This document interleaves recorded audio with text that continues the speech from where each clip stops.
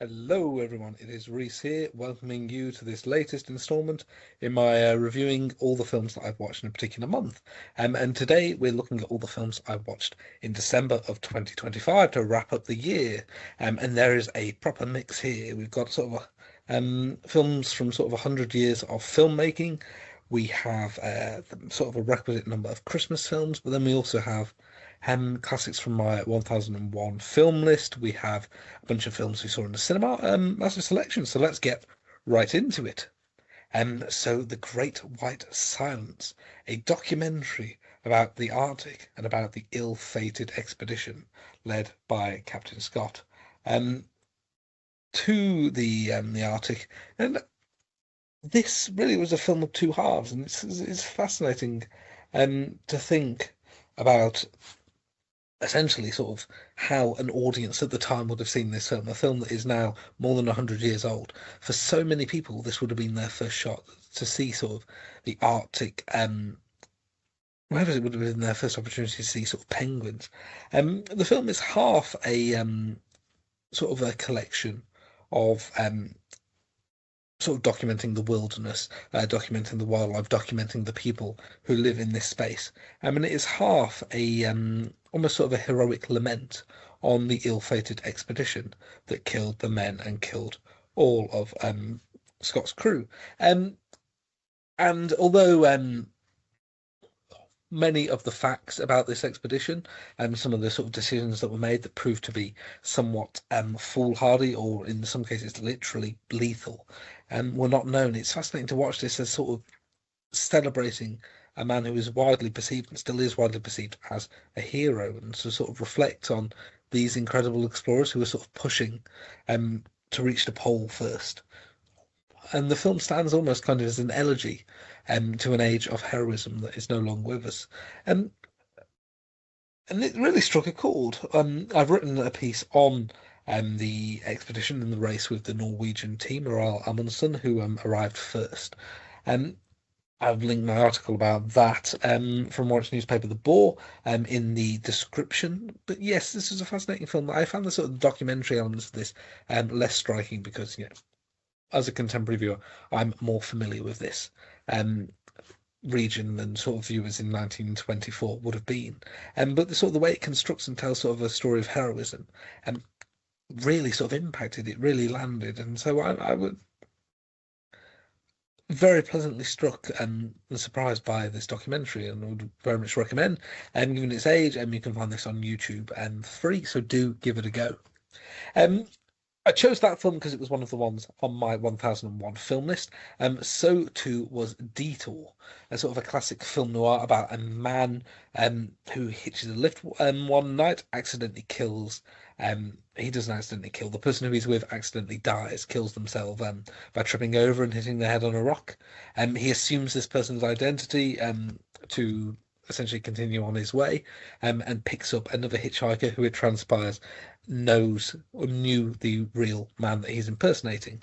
And so he and his femme fatale character are trapped in the on a journey together, and sort of various plot contrivances key them together. This Yeah, I enjoyed this film. It's quite a short one. I think it's just over an hour long.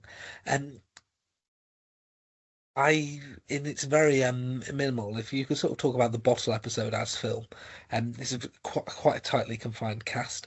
It's quite a tightly confined in sort of the number of locations it uses, um, and the sort of the fatalism of it. And there are some gorgeous shots. The main character walking through sort of a foggy street, for example, and they're quite expressionistic.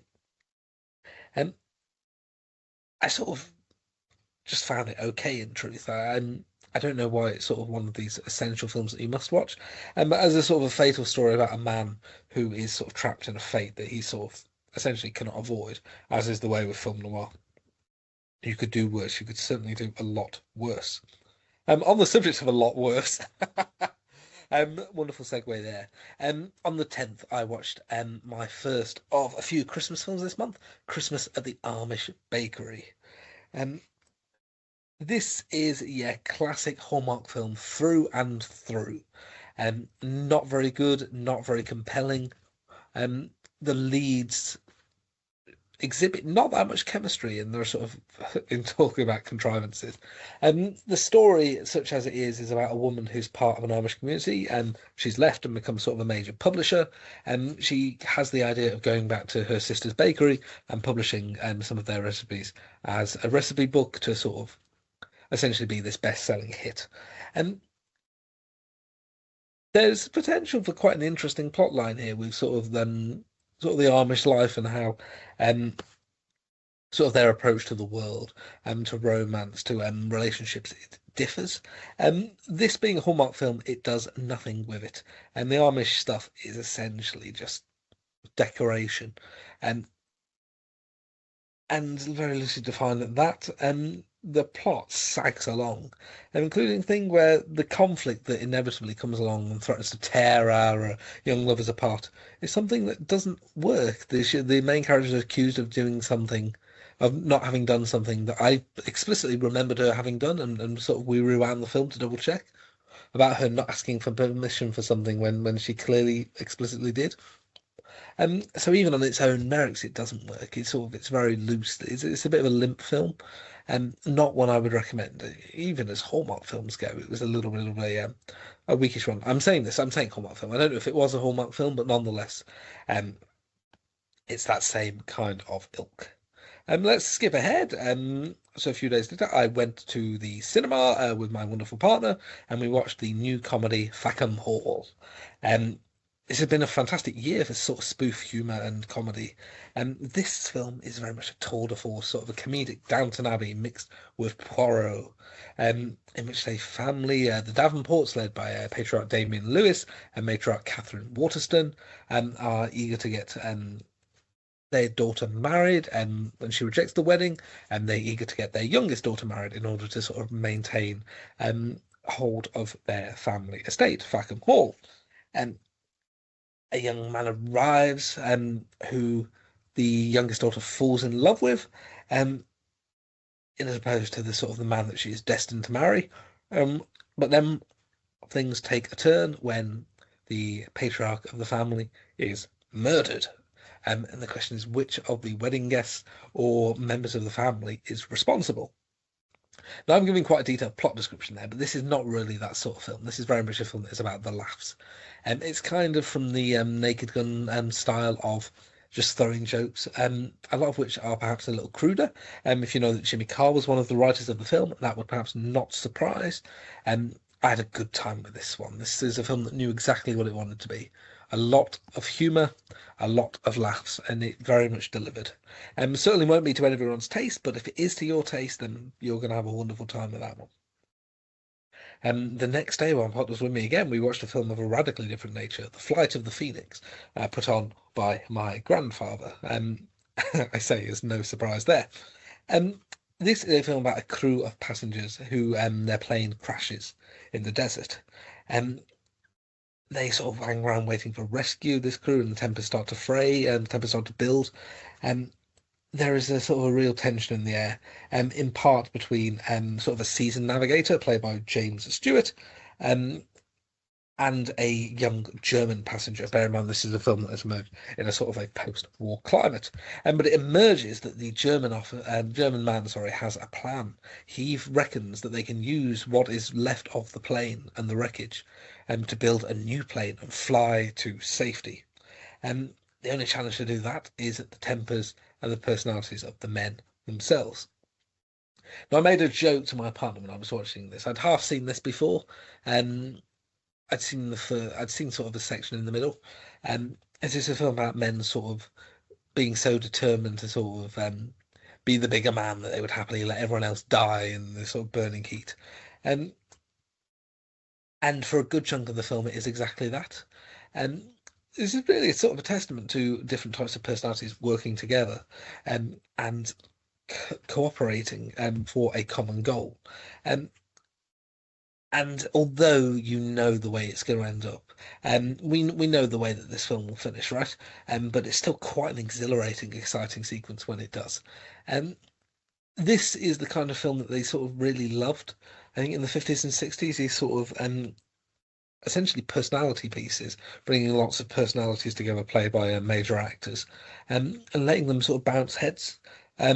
So I say Stuart. You also have Richard Attenborough is one of the men, um, who is sort of more mild-mannered and sort of middle ground, trying to keep the peace sort of man.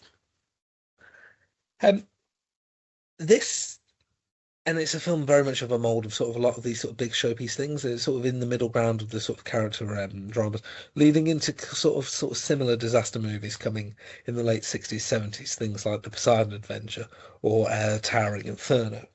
Um, I am a big James Stewart fan, and he excels here. Yeah, when does he not? There's sort of some of the more sort of bitter, jaded men that he sort of started to play in the 50s and 60s. But um, you could, again, an enjoyable watch. I think it's sort of just a touch over 2 hours, and it doesn't feel like it because it's sort of the way that the characters are written. You have a sense of who they all are, and you have a sense of the conflicts that exist and have been drawn in a sense for them. And it's worth noting the film got a remake. If you're going to watch either version, watch this one. I've seen the remake, and it is guff. It is really, really bad. And the next day I watched Pulse. I watched Pulse because I saw a video of it uploaded by Gut Body Reviews. I'll put the link to that in the description below. And there's little to say about this film. It's sort of essentially like all sort of naff American remakes of J horrors in the early 2000s. And a film that has a vaguely interesting premise and does the best part of nothing with it. It stars Kristen Bell, in that period, I think between sort of major stardom and sort of early acting jobs, and she was in weird stuff like this. Um, I'll be honest, I was struggling to recall that much about it, and the thing about mold and people sort of vanishing into screens, but this was not engaging. This is very much sort of internet horror that's not particularly scary and sort of depressing. I even remember the rubbish Hallmark films better than I do this one. And if that doesn't give you a hint of sort of my thoughts on it, then I don't know what to say there. Um, Skip ahead on the subject of Hallmark films again. We return to Christmas in Notting Hill. Um, a film about a young American teacher who comes to London to see her sister, who is sort of working and living abroad. The way she bumps into sort of the most famous footballer in the world and falls in love with him. But the twist, oh, is that she doesn't know who he is because she doesn't follow soccer. Um, Again, a by the numbers thing with some very sort of engendered conflict, and the frustrating decision that the two of them at a family function pretend not to know each other, despite the fact there's no reason that they shouldn't. The whole sort of secret romance thing exists here for no reason whatsoever. Um, so yeah, the film sort of runs with a load of setup, and a missing necklace that appears as well later, that doesn't really pay off, and there's sort of no reason for it to exist, which I found incredibly, incredibly baffling. And the leads in this are likable enough, even though sort of the fame of the lead footballer is very loosely sketched, as depending on how famous and recognised he needs to be for the plot to happen. And I find it hard to believe that this man who is being pitched as sort of more famous than David Beckham and Ronaldo and Messi and all that, and to the extent that he's on publicity, he's on adverts all around the city, um, gets recognised quite as little as he seems to in this film. Then again, I say this, I'm not a football fan. I probably wouldn't recognise some of these people, so what do I know? What do I know? We continue the Christmas theme with a film of a very radically different ilk, the remake of Silent Night, Deadly Night, starring Rowan Campbell as Billy. The film takes a quite different turn to its, if we're honest, fairly rubbish original. It's a remake of the original. It follows Campbell and he plays Billy, and he is sort of driven to essentially kill people while wearing a Santa suit. Um, the twist, as it were, of this film, and I sort of advise you to sort of take a moment here to pause or to put me on mute if you want to see it and you don't want it spoiled, is that he sort of is almost sort of connected with the spirit of the previous killer, who has the ability to sort of detect naughtiness. He knows when people are bad. So the Billy character only punishes bad people. And quite a novel twist to essentially give the murderous Santa Claus in the original film sort of a hero backstory. But there you go. And I was not entirely sure what to expect on this. A, because I don't really love the film anyway. I don't think it's that good a film in the first place, the original. So there's a lot you could do with a remake, and this one goes quite down a sort of an interesting route in sort of trying to come at some sort of new tax in ways that I didn't overly love, in truth. There are some excellent sequences here. So the advertising um, essentially learned that people love the scene where Billy kills a load of Nazis um, and ran with that. It's probably one of the highlights of the scene.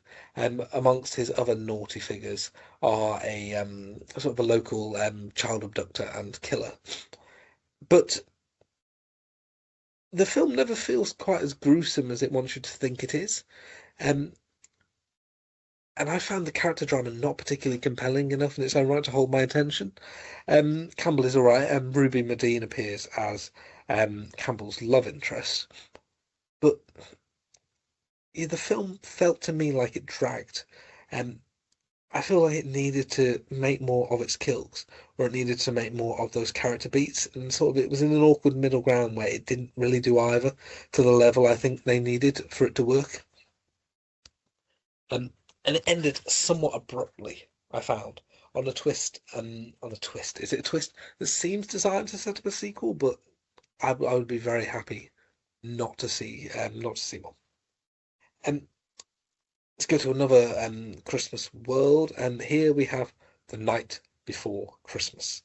Um, Pun intended, one of the many Vanessa Hudgens Netflix films that have emerged in recent years. And in this one, there is a young British knight who encounters sort of an old gypsy woman in the woods and is transported to the modern day, where high school teacher Vanessa Hudgens has essentially fallen out of belief of the idea of love. He arrives in the present day, she hits him with his car, and then thinking he's an amnesiac, because he claims to be a knight, takes him home and gradually falls in love with him. Now, with a premise like that, you know it's going to be daft. And this is a film that is full of plot holes and nonsense. The fact that the guy arrives in the present day and is not in any sense flustered by the world he sees around him. The fact that he immediately understands how the television of all things works. And the fact that the hospital lets Vanessa Hudgens take him home after having sent him to the hospital. There's many things here that sort of, if you wanted to pull this film apart, you really could. Um, and believe me, I was very tempted to. And I found it entertaining enough. You know, Vanessa Hudgens is a very likable presence, and the main actor, whose name I didn't remember, is endearing enough. He fully commits to the shtick, and even if he, you know, aligns with the present day far too easily. And so as Christmas films go, as Christmas stuff goes, it's inoffensive enough. Um, there is there are worse things you could see, um, and I think that the film does a nice job of being romantic, and it gives if and you know what you're coming to a film like this for, and essentially it's going to give you what you're after on that front. I would say so. Again, The Night Before Christmas, I'd go into it knowing what to expect, and you won't be disappointed. So on we go, and on the subject of these sorts of rubbish films where you know what you're going to get, um, I watched Mystery Island, again of the Hallmark school of romance films where the leads have sort of negligible chemistry at best. This one, though, was a murder mystery, as the title might suggest. A psychiatrist goes to an island, and there is a murder, a police officer there. Sort of tries to solve the case, and eventually the two of them wind up entangled. Um, I say mystery loosely. This is sort of very weakly plotted thing. And with the romances, they can sort of be light enough because you're sort of hinging it on the chemistry of the leads, and you don't need The plots are contrived, but sort of you're expecting that. Problem is, I'm a big murder mystery fan, and so sort of I need the internal logic to work better um, than it does here. Um, the leads again are likable enough that they become a couple is sort of one of the more unbelievable elements of the film. And unusually, I learned that there have been, I think, two or three more of these. They have sort of sequelized this idea. They think the Mystery Island franchise is sort of where it's at, and they think this is the future of a profitable little miniseries. Don't get it myself on the strengths of the first one, but what do I know? Um, Another Christmas film, Santa Who, starring Leslie Nielsen as Santa. And he's flying his sleigh one night and he sort of falls off and lands on the car of a local reporter who doesn't believe in Christmas and who's in a sort of a unusual romance with a woman and her son who very much believes that this old man is Santa. And this is a Leslie Nielsen comedy that doesn't really let Leslie Nielsen do much in the way of comedy, which is a baffling choice. I mean, he's by far the best thing about the film. But the plot is kind of weak sauce, as it were. Sort of a contrived romance with a man and a woman, the leads who have such different priorities in terms of children, in terms of where they live, in terms of work, and that it's unbelievable that they would ever think of being a couple. And it's impossible to think. There's a side plot with the elves who come to rescue Santa that's not particularly funny. It's a very sort of subdued Leslie Nielsen performance, and if they'd let it rip, as they were doing, I mean, he was still appearing in daft parodies, things like a space travesty and Spy Hard and that, and would go on to appear in scary movie sequels. But they sort of restrain him here. I think a version of this film in which Leslie Nielsen goes full Frank Drebin, etc., would be brilliant. This film, as it is quite a middling watch. Wake Up Dead Man, a new watch I watched that evening. I was doing a lot of watching that day. New Brian Johnson film, the third film in the Knives Out series. Daniel Craig's Benoit Blanc comes to a small parish where incendiary vicar Monsignor Jefferson Wicks, played by Josh Brolin, has been murdered. He's summoned by a priest, Judd Duplantis, played by Josh O'Connor, to help figure out what happened because Wicks is essentially murdered in a locked room. Now, if you know me, you know that I've not particularly been a big fan of the Knives Out films. Um, Often I find in them sort of formidable casts that are not used particularly well. I find Ryan Johnson a bit of a lazy writer, and I think he cheats quite a lot. Um, the murder mysteries sort of aren't fair with the audience, and sort of often his leanings and sort of desire to subvert, um, in a way that sort of implies he doesn't care about the viewer comes through in sort of all of his works that I've seen. And frustratingly, Wake Up Dead Man is no difference. Um, I found again this was a sort of a mystery that sort of is impossible to solve, because you don't have a lot of the information you need.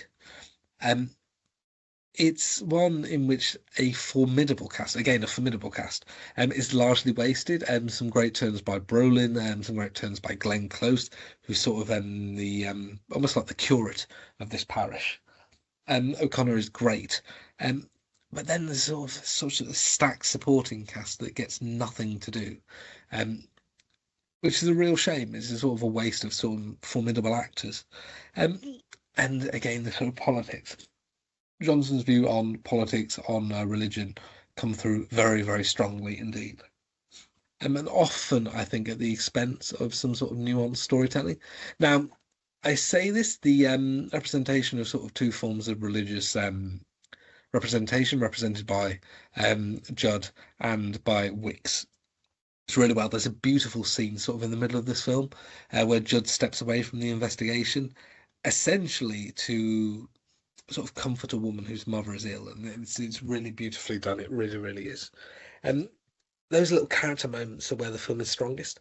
And but we get to know so few of the characters that that's not something that sort of comes through particularly. And that's a real shame. It is a real shame. again, I went into this film not expecting to love it because I didn't love either of the first two. I found Glass Onion to be really, really insulting, and this has done nothing to sort of change my opinion on Johnson as a writer or director. Let's skip ahead to Vampire, a silent horror, sort of an art horror almost, by Carl Theodor Dreyer. A film about a man who comes to a village and there is a vampire, um, for want of a better term. And this is very much inspired by sort of the art horror movement, which is not really something I love. I don't love sort of expressionist film. I don't love that sort of mood horror. Um, and again, although there's attempts at sort of developing atmosphere, it's not something that really has ever landed with me. Um, if that's the kind of thing you're into, then this film is amazing. There are sort of gorgeous shots here that are so dread-filled. Shots where main character Alan is entering a building and there's sort of shadows and figures lurking. There's a sort of an out-of-body sequence, which again, if that sort of thing speaks to you, is executed beautifully. And I say, as I watched this film, it was on my list of the 2001 films, and I didn't love it. And that is largely due to it being a style of filmmaking that is not really one that has ever spoken to me. Um, so I cast no aspersions there. And if you're a fan of horror film, especially if you're a fan of sort of silent horror and wanting to see, it's not silent horror, sort of early horror, um, then it is one to watch because from here you get a real sense of sort of how that sort of cinematic language of dread was being developed, tangential to the universal horrors that America was doing at that time. Another film off my list, so the joy of the Christmas period, was that quite a number of classic films and films from my list of films to watch were on, and Spartacus was one of them. So a film directed inexplicably by Stanley Kubrick. I think I replaced Anthony Mann quite early into filming. Um, this is the story of Spartacus, played by Kirk Douglas, a slave who rebels at a school for slaves run by Peter Ustinov. Essentially leads a rebellion against Rome, where he essentially comes face to face with a general played by Sir Laurence Olivier. Um, this was a film that I only really knew of in terms of the famous I Am Spartacus scene. I didn't really know that much about it nor what to expect. And it is gloriously big. It is sort of very much of the epic tradition of American filmmaking of the 50s and 60s. Some incredibly large, glorious set pieces, including two armies clashing and the amount of people on screen. It must have been sort of so elaborate to film. Um, there is a large and quite complex cast of characters. Um, Douglas, I think this is probably one of the best films I've ever seen him in. I do love his sort of darker turn in The Bad and the Beautiful. Um, but this is him sort of as inspiring figure, as um, husband to an eventual father to a young baby, as leader to men, as sort of friend and essentially surrogate father to a sort of a young slave played by Tony Curtis. And he balances all these wonderful things sort of incredibly. And he is a sort of brilliant counterpoint to this cold, ruthless ambition of the general played by Laurence Olivier. Um, the there is, as I say, a real sense of grandeur and scale. There are some sequences that really hurt. A final duel to the death amongst two people who I won't mention, sort of towards the film's climax. And the final sequence as well, I found really haunting. And again, sort of its command that so many of these sequences work is simply because of the sheer scale of them, which is amazing. Um, there's a scene in which sort of treacherous figures are invited to be crucified along the road, and the sheer number of crucifixions of bodies of people we see, it really hammers home sort of the horror and the cruelness of some of the characters in this movie. Um, there are lighter moments. The slave trader played by Peter Ustinov, who won an Oscar for the film. There was a Roman senator who is sort of the opposition figure, as it were, to Olivier's character, played by, I cannot remember for the life of me who it is, um, Charles Lawton, and this sort of smooth talking figure who sort of tries to manipulate affairs to his own end um, as the Olivier character tries to do the same for his, and the way he brings on the tutelage sort of patronage of a young General Julius Caesar, played by oh goodness, John Gavin. Goodness, I'm having a mental block. Um, this was a really compelling watch, one of the more interesting epics, and I think because of sort of the tight cast of characters almost at the heart of it, there's a real sense that these battles carry weight. There's a sense that when these scenes happen, the individual deaths and individual sort of moments of character in them really carry through. So I was very pleasantly surprised by this one. It's a real surprise to see that Stanley Kubrick directed it. It's the most un-Stanley Kubrick film I've ever seen. I think because he was brought on and it was sort of a studio job, in a sense, rather than a Kubrick vehicle. Um, The score is also brilliant. It's widely recognised as one of the greatest film scores of all time. Just listen to sort of the opening sequence to it, and try not to be impressed by the grandeur. Um, so it was Christmas, and I had a few days break from films and new watches, and eventually, when I returned to a watch, I watched the slasher film Drive Through, a supernatural film about a killer inspired by a fast food restaurant mascot who kills a number of young teenagers and seems to have eyes in particular for a young girl about to turn 18, played by Leighton Meester. Just hot on the heels, she's just about to become famous for the Gossip Girl series. Um, it's a supernatural slasher from the 2000s, so it is very much what you're imagining. And the colour design is really inspired. There are some wonderfully nasty sequences, and you go into this film for that kind of thing. There's nothing more really to be said. It's kind of the film that does what it says on the tin. There were some comedic elements of this. I didn't like a police officer who is sort of obsessed with fast food, which sort of is a little lame. But yeah, it's a by the numbers 2000s supernatural slasher. I can say nothing more than that. And I'll wrap up my list here with two films that I watched on the 30th. Again, both of them from my list of 1001 films. And I'm going to have a video in a few weeks, and we'll sort of talk about my reflections on that challenge. The first was A Lover's Rock, one of the Small Axe films made by Steve McQueen.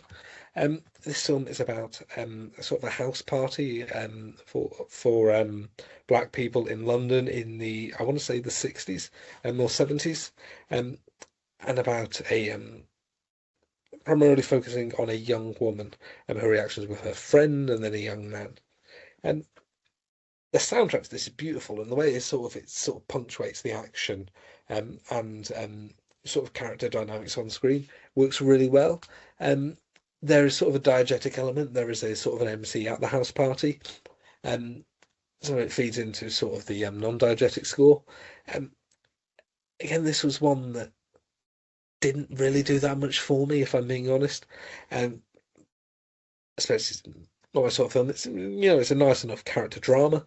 There were some sort of testy moments. There's a fight in the street, and then the police arrive.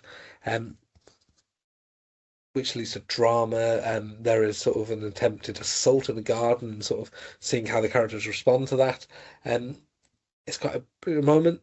It's just over an hour long. Um, and I mean, I sort of watched it as sort of kind of a generic drama almost, sort of the personal elements of it. It spoke to a culture that's not mine, and it spoke to sort of community in a place that I don't love, London, and I famously am not a fan of at all. And so this is really not a film that I think inherently was going to speak to me, and so it proved.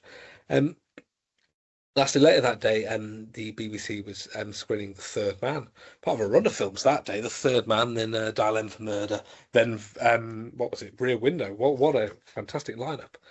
So a classic film noir featuring Joseph Cotton as an American writer of crime novels, who is invited to Vienna in the post-war period, to see old friend Harry Lime, played by Orson Welles, only to discover that Lime has died.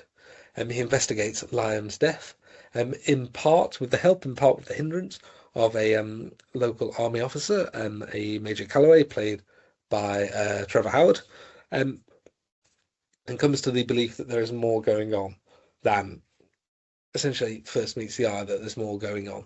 Um, Especially when he learns of a mysterious third man who is supposedly present at the scene of Harry's accidental car accident, I should say. Sorry. Um, this is sort of often rated as one of the best film noirs ever. Um, and I could quite be into that. This is sort of a film that is really dark. Cotton is a compelling lead, and a lot of this film is filmed on canted angles. It's a film that gives us the landscape of Vienna, and lots of close-ups that sort of unsettle and sort of just suggest an unease underpinning all the actions and relationships here. Um, the cast is really, really strong, and really throughout. So I've mentioned some of the characters, and Wells gets to do sort of quite a threatening performance. There's a famous scene on a fairground wheel, in which they talk about sort of life and sort of the post-war settlement. Him and the Cotton character, um, and it is gripping stuff again. It's sort of allowing sort of performance and dialogue to do the work, um, and letting it breathe. Um, and it's really, really compelling. It really is. And there were some elements I didn't love. So I think the finale goes on perhaps a little too long. There's a chase sequence that's perhaps extending a little too much, um, and it's kind of unbelievable. And the famous Ziver score as well, um, punctuated by a single main theme, the Harry Lime theme, that apparently did very well in the charts when the film came out. It is deliberately sort of dissonant in relation to sort of the darkness and the action going on in the film. Um, I found it a little obtrusive in times, when we're sort of seeing or hearing some really dark things, um, and then getting some very light, jaunty music. There were at times infrequent where I found it a little distracting, um, but the novelty of it and having the ziver as sort of essentially the only instrument that punctuates this film. Um, but those are minor nitpicks in a film that is sort of, scripted beautifully, written by Graham Greene, I think, acted superbly, and which is shot beautifully. Sort of effective use of shadow, of space. So as films to end 2025 go on, this was certainly ending on a high. And I will stop there. So this is my mini reviews and mini analyses of all the films that I watched in December 2025. Thank you very much for listening to this, and let me know what you watched, and were there any new watches this month that really caught your eye, that you really loved or really loathed? I'd love to hear. So thank you very, very much for watching. You can join me, you can follow along with me as I watch stuff. I keep my diary up to date, and you've got my LinkedIn details on the video below, at Reese Goodall 496. Otherwise, make sure to like, make sure to subscribe, make sure to ring the bell for more videos. Thank you very much for watching, and I'll look forward to seeing you all in the next one.